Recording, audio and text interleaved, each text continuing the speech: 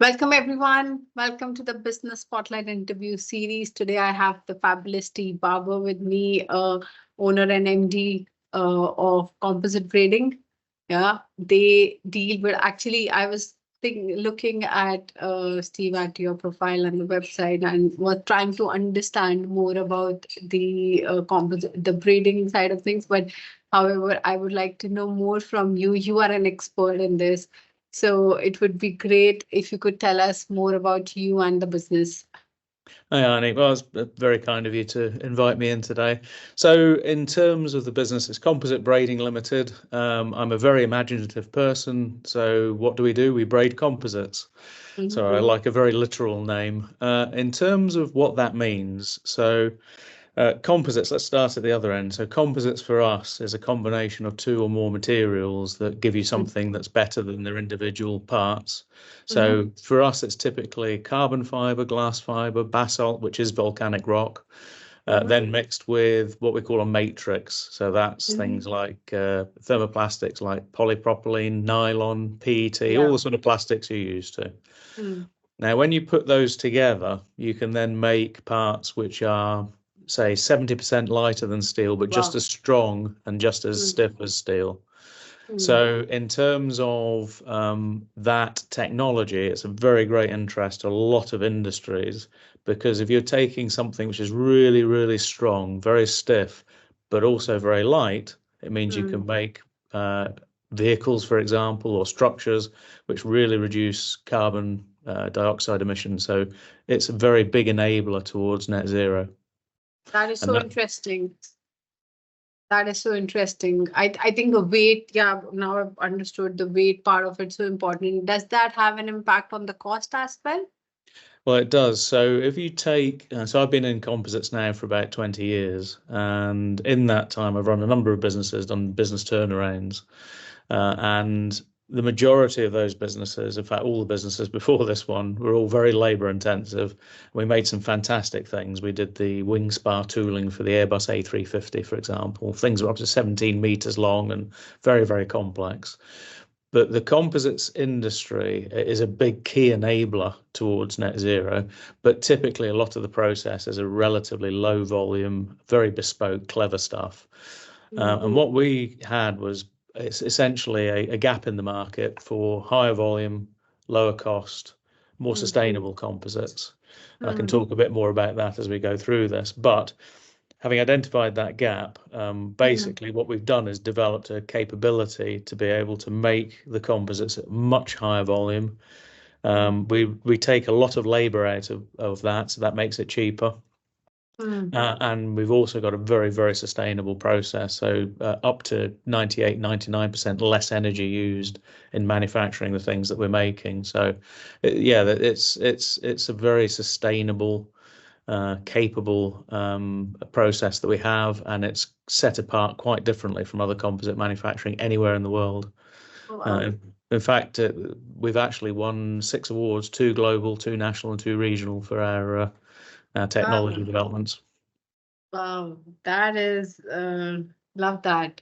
6 awards. So, Steve, when we talk about the awards and the sort of growth you have seen, what do you attribute your growth to? So I would say primarily it's understanding the markets in which you're working. Mm. I'd say then within that, understanding what the gaps and opportunities are within Mm. those markets, Mm. um, and then also understanding how to address those gaps. In terms of us, it was particularly, say, 15 years ago, the automotive industry came to the composites industry. They wanted to save lots of CO2 emissions. Um, but we didn't have all the techniques to hit all the volumes and the costs that Mm. they needed. Mm. And so there was a big gap in the market. And it was a Mm. case of saying, how do you close that? And it wasn't obvious to any of us how we did that. Mm. And so basically, I got to the point, like a lot of people, I'm sure, looking around, what are the ways in which we can actually address those gaps? Because there's a Mm. massive market opportunity. And so in my last business turnaround, I went into a company, I saw the braiding technology, had an epiphany in terms of if I do this, this, and this together, then I can address that market. And that's basically where composite braiding sprang from. So it was Wow. identifying a market gap and an opportunity to close that gap. And by Wow. doing so, then also talking to end customers and saying, because I'm a very positive person by nature, and that's great, except sometimes you can get a bit too carried away. So it was actually then also talking to end customers and saying, if I can do X, would you value that? And Mm. getting the response back saying, yes, that is something we'd value, then you've got the basis of something that potentially could become a business. Wow. And how long has been composite braiding commercially? So I registered it in 2016. We really got going by the end of 2017. So just to explain that a little bit, effectively in that previous company that I spoke about, I'd done some business development and technology development. The company that owned that piece of business decided not to move into composites for a variety of reasons. And I decided then to set up composite braiding. But again, going back to the positivity, my view was great. I think I'd love to go and do this, but actually, if I'm going to go and spend a lot of money, time, and effort doing it, I need to make sure it's really going to work. So I gave Mm. myself basically from most of 2016 to go and have a look at the market, talk to end customers, and Mm. absolutely underpin the fact that actually, yes, this was something that really did have legs, that was going to be a Mm. proper business, and for which I could see end users. So I did that and then started raising funding and finance towards the back end of 2016. You've then got several months worth of delivery time for capital equipment. So we got Mm. our first program really in September 2017. So between 2017 and 2019, roughly, just to answer your question, we then did a whole bunch of development type work with a view that we were going to go very commercial in 2020. 2020 arrived, and so did the pandemic. Yes. And Yes. funnily enough, whilst I'm a very experienced business person, I hadn't anticipated the pandemic. So we did a bunch of other stuff related around the technology, which I'll talk about later. But basically, that put a 2.5 year hole in everything we're doing. So we're now at the point where we're becoming more commercial and getting the production work out there. So yes, Wow. Wow. it's It's apart. been a journey. Yeah, it's been quite a journey. Yes, absolutely. Yeah. Yeah. But I love the fact that, uh, from 2016 to 2017, you were basically planning, doing the market research, before actually getting into what exactly it is. And, that is such a sort of a proactive and calculated decision. Well, just in terms of what I did, I actually wrote my first business plan, detailed one for composite braiding in Christmas 2015. And I just for those that are interested, I used the funding circle template, not because I was after funding circle money, but I was searching around looking for various different business plans. I've written quite a number over the years, and I actually quite liked the way they set out their various different headlines. And so what I did was I actually answered each of those and went down each of the different line items and put together Mm. the bones of a plan, Mm. which I'd say to the first approximation at the very top level, it's still largely what we've got today. The details totally different, Yeah. but in terms of the essence of what we've got as a business, it's largely how it's panned out from there. So, I mean, uh would you say that, the part of the planning you did, the detailed part of the planning was one of the key reasons for where you are currently, in terms of the growth? But I think again, I've got many years of experience, and I think unless you've got a plan, then you don't know when you're deviating from that plan. So Exactly. it Mm. may well be that your plan ends up being something, or that what happens ends up being completely different to your original plan. That's not that important. What is more important is you've got a plan, you've got an idea, you've got an execution, you know exactly what you, or not exactly, you know largely what you're going to be doing. And if it changes from that, you're making conscious decisions to change it, and you're making conscious conscious as to why those changes are being made, as Exactly. opposed to flip-flopping or trying to shoot from the hip and just use your gut just to go make every single decision that you're making. And then also, the fact that, Steve, if you have a plan, then you can easily adapt to the situation. Yeah. But if you do not have a plan, and then you're like, it's sort of a lost feeling. And I'm glad you mentioned that, because the first thing is absolutely having that 5-year business plan. Where are we actually heading? And yes, I know about Funding Circle. We work very closely with them, but I have my own sort of the way we do business planning. It's a live tool we use for that. Works really wonders. But whatever is the tool, doesn't matter. It's about having a plan and then going ahead with it. Absolutely. And I think with that plan, then you've got the ability to go and amend things. I mean, generally speaking, I'd have to say, and I think a lot of financiers say this, that generally when they look at business plans, they consider that things actually take twice as long and they'll get half as much. But at least you have a plan and a semblance of what you're going to do with the business.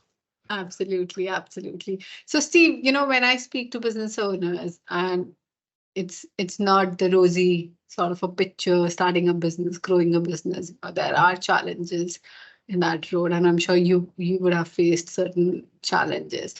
And most of the challenges which we speak to, they fall on either of the three categories. Either it's the time, oh, wish I have more time in the day, this where are we running? And second is the money aspect of the things, the growth aspect of the things. And the third is team, having a team, having the right people on the right seat, getting the best out of the team. So where do you see as a challenge? So I would say out of all of those, the biggest challenge for growing companies is on the financing side. The UK is not great at providing funding for high growth companies.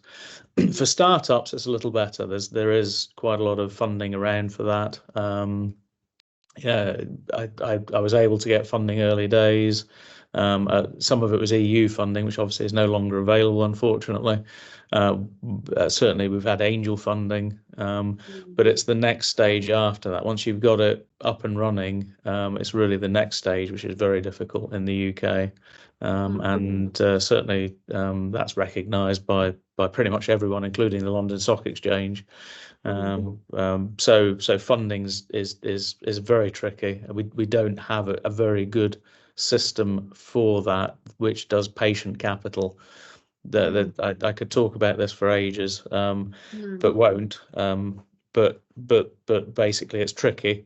In terms of the team, I've run a lot of teams. So what I did at day one was started building up the team around me. Undoubtedly, one of the trickiest things of running a business is the people issues, or are the people issues. And in terms of those people issues, however, I very much recruit for the team. So we've got a culture. I've worked in companies and turned around companies. I've had terrible cultures, and actually, on one of the turnarounds, it was 200 people. The biggest issue there was culture, and it took about 3 years for me to change that culture into something which was far more positive, and it delivered then financial results which were really excellent. But it was culture needed to change. So therefore, my view in terms of this business was, if I'm going to set it up, I must set it up with the right culture from day one, and we must have the right team feel to the place, and we need to hire the right people. Which also means that if you find that you make a mistake and it's not working out, coach people, work with them, etc. But equally, make sure you retain those who are going to fit in well, and move on those who won't. Absolutely. So I'm very curious. You touched a very good point here, having that strong foundation, a culture, where everybody is following the same. So what are the key points for you when you talk about the culture? What is the rules of the games? for So you? basically, if you came and worked in, so if you were a new employee, doesn't matter what job you're doing at all, you could be the newest person in the company with the least amount of experience. You'll get exactly the same induction as somebody else coming in as a director from this perspective, which is essentially I'll sit down, I'll explain the business to you, I'll explain what the strategy is, and we've boiled it down to a one-page strategy, so I can explain effectively what direction we're going in, why we're doing it. And then very much not on day one, but we'll be explaining to you in that early period how you fit within that picture. So you can understand better how your job actually helps to deliver the global strategy that we're trying to do, because it's not me delivering it, it's all of us who are doing that. And as part of that, we've got then culture as an element of that. So, for example, we're not a blame culture. I mean, I know it's a truism and it's easy words to say, but actually we do live by that. It's really, really important. And so if something does go wrong, and it does, then we're not sitting there pointing fingers. We're doing the lessons learned and understanding how to work things. Equally, when things do go very well, and they often do, then we go and celebrate that success. And so that, with a bunch of our values that we bring in for the company, we try and align everybody on those. I then do basically weekly all hands meetings, so everybody gets to hear what's happening within the business. And I'm not just there as these are all the things that have gone well. If anything hasn't gone well, we'll have a chat about it and discuss it. So people understand where the business is going, what their part is in that, and they become more vested in what we're doing and why we're doing it. And so and the final point I think that I have seen in a number of businesses, and I've had to take it out of them, is politics. I absolutely despise and hate politics. It's a very negative thing, and so I try and kill that whenever I ever find it, because it's divisive. And that's where, again, picking the right people with the right attitudes and keeping everybody involved really helps. Now, we're human beings, we're complex. Sometimes things will go well, sometimes they won't, but it's a bit of honesty. We do one-to-one coaching with everyone right throughout the organization. Oh, wow. Wow.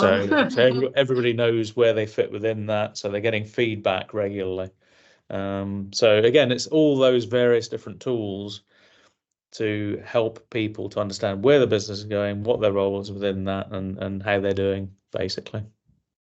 So we would do a one-to-one coaching with a client, but it seems you are doing it with your employees. That is so good. Yeah, no, it's something that I've done for years, and it's because the textbooks would say, let's assume you're one of my employees, you've done something that's either really good or really bad. That all the textbooks would say, I need to give you feedback immediately. But the chances are I'm not around and I haven't seen it and I don't know anything about it at that particular point. But I find out about it. I'm your line manager. So actually, rather than I mean, it's great if you can do it, brilliant, and I wouldn't stop it. However, let's not leave it until we've got some sort of appraisal that's maybe done once a year. So let's give good level of frequency of feedback, and so that everybody knows where we are. So that if you have done something brilliantly, fantastic, that's recognised. And if something's not going well, we recognise that too and do something about it. So how everybody knows. frequent do you do that with the So team? it's a minimum of once a month. That is so good, because we also follow the same once a month with everyone. And that's the key, because that is the time when you can really listen. And it's not about just saying, but it's the two-way communication. It's about understanding what they feel, what problems they are facing.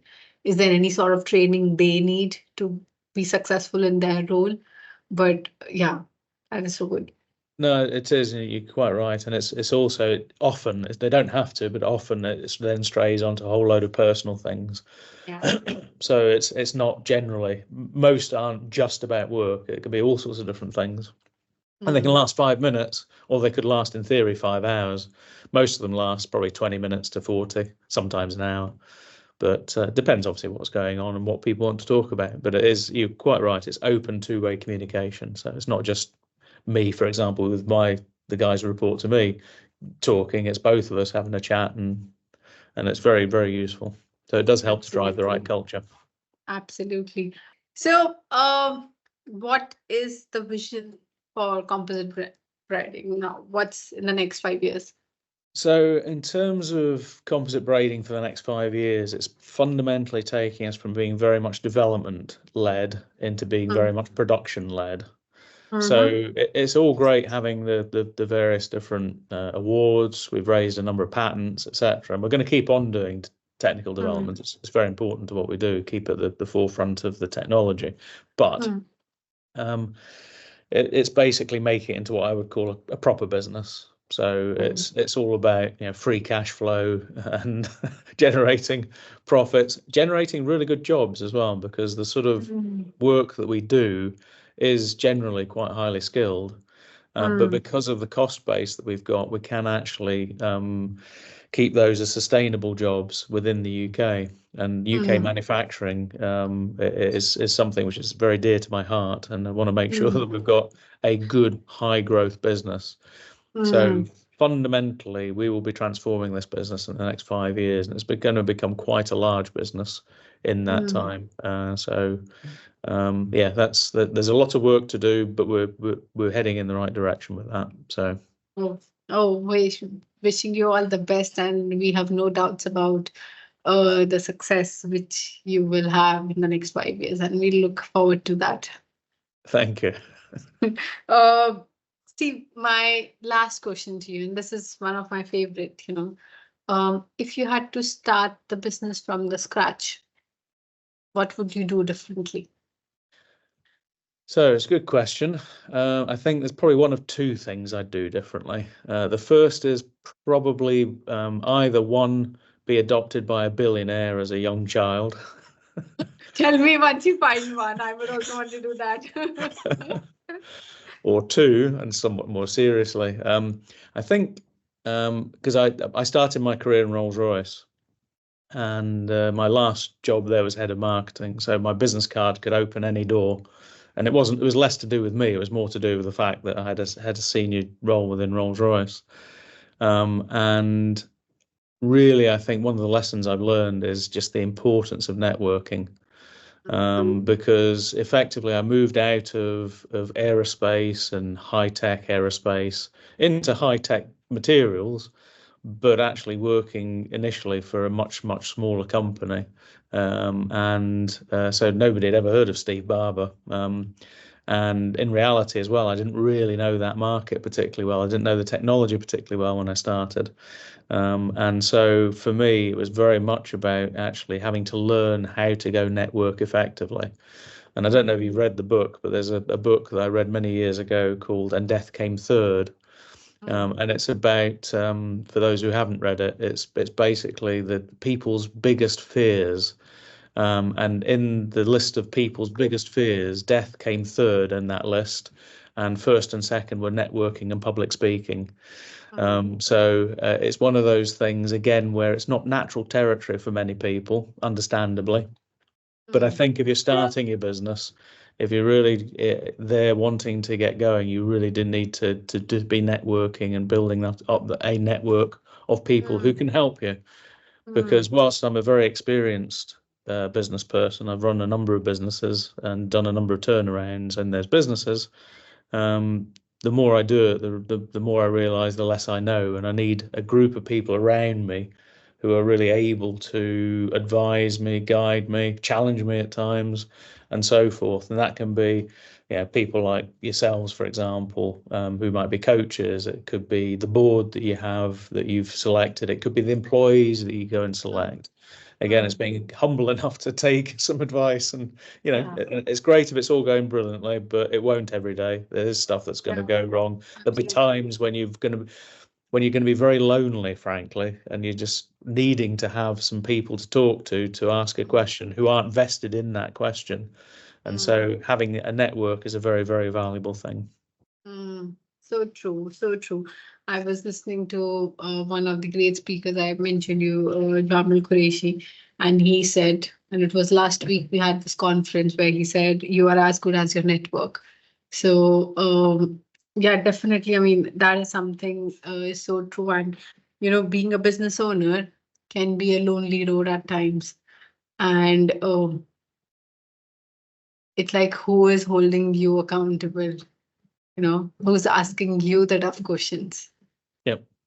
No, absolutely. Because I don't own all the good questions. In fact, we've actually done we just finished a Clean Places Catapult program this week, and we've done some technology development on that. And the thing that pleases me the most about it, apart from the fact it's really clever and it's adding value into the business and all those things, is I had personally nothing to do with it whatsoever. So for me, that's a real win. So I'm not having to sit there and pull the rest of the organization along and make things happen. It's happened without any involvement from me whatsoever, which is fantastic. So I'm very pleased about that.